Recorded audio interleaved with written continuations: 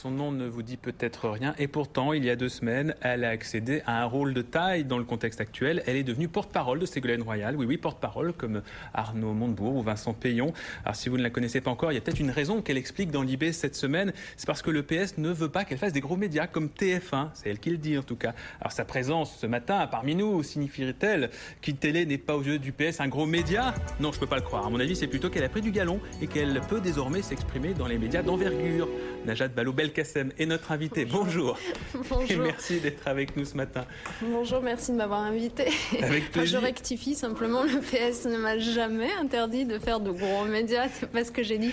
Je disais simplement qu'il me fallait prendre mes marques. Voilà, vous avez dit qu'il ne vous envoyait pas encore dans des médias comme TF1 ou France 2, des gros... Voilà. J'ai ajouté que d'ailleurs ce n'était pas mon désir le plus fort en ce moment et que je savais prendre mon temps aussi. Alors justement, c'est vrai que le public va vous découvrir progressivement. Quel rôle comptez-vous jouer aux côtés de Ségolène Royal? Qu'est-ce que vous allez apporter en plus par rapport aux 2 porte-paroles qu'on connaît déjà? Je vais apporter ma force de conviction, de persuasion. Je suis profondément convaincue que le pacte présidentiel de Ségolène Royal est le programme qu'il nous faut pour changer en 2007 et je vais essayer d'en persuader le maximum de Français. C'est cela mon rôle. Il faut peut-être vous présenter un petit peu, parce que vous êtes une nouvelle venue en politique. Vous avez adhéré au Parti socialiste en 2003. Finalement, vous devez dire merci à Lionel Jospin. S'il n'avait pas été éjecté du 2e tour, vous ne seriez peut-être pas engagé? Non, je n'irai pas jusque-là. 2002 reste une blessure pour tout socialiste. Et c'est à cause de cette blessure que vous avez décidé de vous engager au Parti socialiste? Non, c'est à cause. C'est-à-dire qu'en effet, 2002 a été une espèce de gifle pour tous les gens de gauche et que ça m'a fait prendre conscience de l'urgence pour moi d'adhérer et de m'encarter pour défendre encore mieux les valeurs dans lesquelles je crois, mais je l'aurais fait un jour ou l'autre, quelle que soit la situation. Et la région où vous travaillez pour l'instant, c'est donc la région de Lyon avec Gérard Collomb. Vous serez candidate d'ailleurs aux législatives? Aux élections législatives contre Dominique Perben dans la 4e circonscription du Rhône à Lyon. Ça va pas être simple. Alors vous avez 3 spécificités. Je dirais, vous êtes une femme, vous êtes jeune et vous êtes d'origine marocaine. Alors c'est 3 avantages forcément pour le Parti socialiste. Il y en a qui vont faire la comparaison, et je sais que ça vous énerve beaucoup, avec Rachida Dati, la porte-parole de Nicolas Sarkozy. J'ai beaucoup d'autres spécificités aussi, mais c'est vrai qu'on me réduit souvent à ces 3-là. La comparaison avec Rachida Dati, moi j'ai envie de vous dire, il y a quand même beaucoup plus de choses qui nous séparent que de choses qui nous rassemblent. La seule chose que nous avons en commun, me semble-t-il, c'est une origine commune, puisqu'elle est marocaine aussi d'origine, il me semble. Mais ensuite, je crois qu'il faut regarder nos parcours, nos valeurs, nos engagements et ce qu'on défend aujourd'hui. Et on est quand même aux antipodes l'une de l'autre aujourd'hui.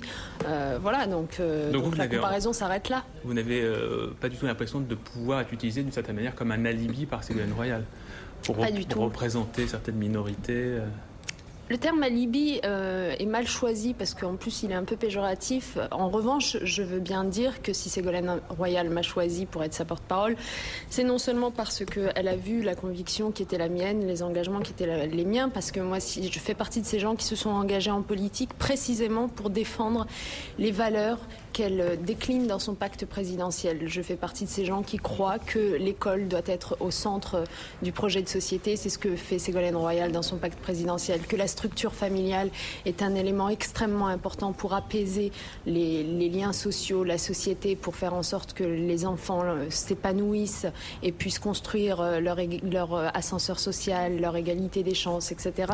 C'est ce que fait Ségolène Royal. Donc d'abord, c'est ma conviction qui l'a retenue. Et puis ensuite, en effet, j'incarne une France qu'elle appelle de ses voeux pour demain, une France moderne, jeune, diverse, entreprenante. Et voilà. France entreprenante, avant de parler du programme, effectivement, on termine peut-être encore un petit mot juste sur la manière dont vous êtes devenue porte-parole. Apparemment, c'est vous qui avez manifesté assez fortement ce désir. Vous êtes assez ambitieuse, vous ne le cachez pas. Pourquoi est-ce que l'ambition devrait être un défaut? J'ai pas dit que c'était un défaut. J'ai dit vous êtes ambitieuse, vous ne le cachez pas. Je n'ai jamais dit vous avez le défaut d'être ambitieuse. Non, mais vous le dites avec un petit sourire qui laisse deviner que ce serait plutôt mal perçu. Mais je crois qu'être ambitieux, si ça veut dire vouloir sortir de sa condition pour aller plus haut, ou alors vouloir trouver les moyens de défendre encore plus fort les engagements, les valeurs, les idéaux dans lesquels on croit, c'est tant mieux. J'aimerais que tout le monde ait autant d'ambition. Ce à quoi vous faites référence, c'est cette proposition que j'ai faite à Ségolène Royal à quelques reprises de contribuer à sa campagne présidentielle, tant j'étais ravie qu'elle ait été désignée par le Parti socialiste comme candidate, et tant je suis persuadée que c'est la seule à pouvoir battre Nicolas Sarkozy, dont je ne veux pas en 2007. Je crois qu'il n'y a rien de mal là-dedans et qu'au contraire, si tout le monde pouvait faire ça, on aurait encore plus de chances de gagner en mai 2007. Justement, Nicolas Sarkozy, on va en parler parce qu'il y a cette proposition qui provoque un tollé dans les partis de gauche, mais aussi dans un certain nombre d'associations. Sa proposition d'un grand ministère de l'immigration et de l'identité nationale, ça vous fait hurler?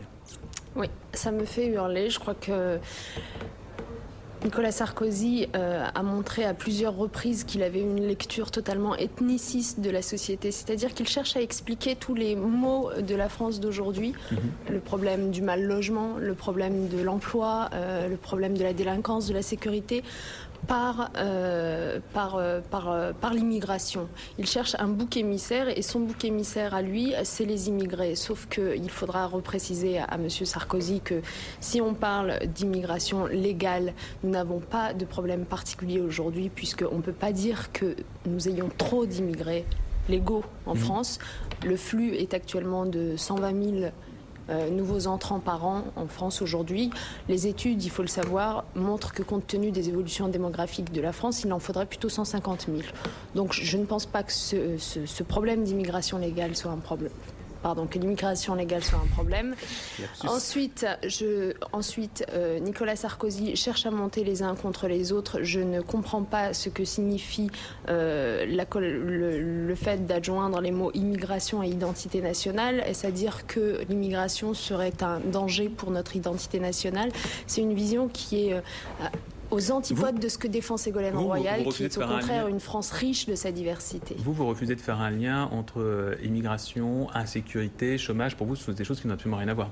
Mais bien sûr que ça n'a rien à voir. Non, parce qu'il y a certains candidats qui disent le contraire, c'est pour ça que je vous pose la question. Mais parce qu'ils font des appels du pied aux électeurs du Front National, et je crois que c'est très grave ce qui est en train de se passer, parce que on avait déjà l'impression dans cette campagne qu'il y avait une banalisation totale du Front National. Si d'autres partis comme l'UMP commencent à emprunter les discours du Front National, c'est une double banalisation. Dans le pacte présidentiel, elle ne dit pas grand-chose finalement, Ségolène Royal, sur l'immigration. On ne connaît pas encore très bien ses idées justement. Ah si, elle parle de co-développement. Notamment le 99e et le 100e point qui évoquent effectivement les questions d'immigration, mais pour l'instant, c'est pas. Elle parle de la régularisation d'un certain nombre de sans-papiers.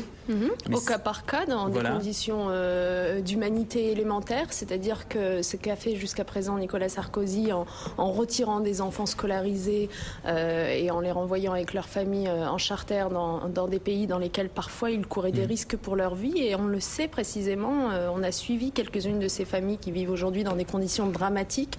Je veux dire, où est-ce que cela nous mène à un moment donné? Ce n'est pas...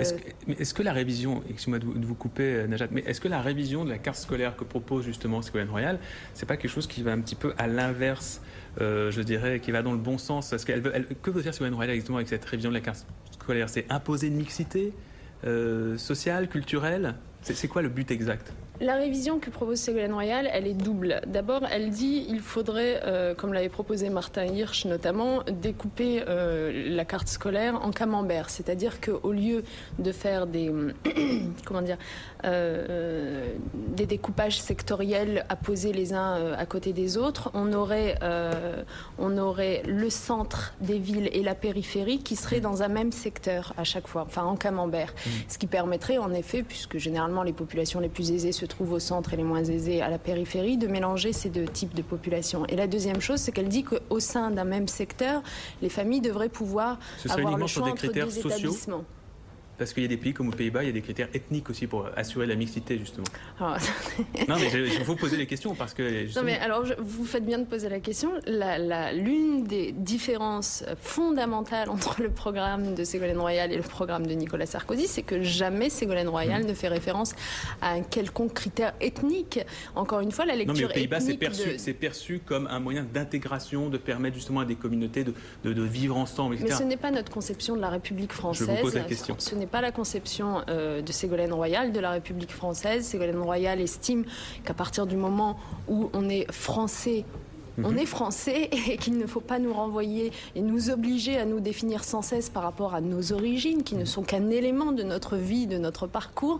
Et je crois qu'elle a raison de faire cela. Et je crois qu'on alimente les communautarismes et le repli sur soi en faisant le contraire. Et c'est ce qui m'inquiète beaucoup chez Nicolas Sarkozy. Merci beaucoup, Najat Vallaud-Belkacem, d'avoir été notre invité. Et évidemment, j'imagine qu'on aura l'occasion de vous connaître davantage dans les semaines et dans les mois qui viennent. Merci beaucoup. Dans la demi-heure à suivre, on recevra Christine Ockremp. Restez avec nous juste après la pause.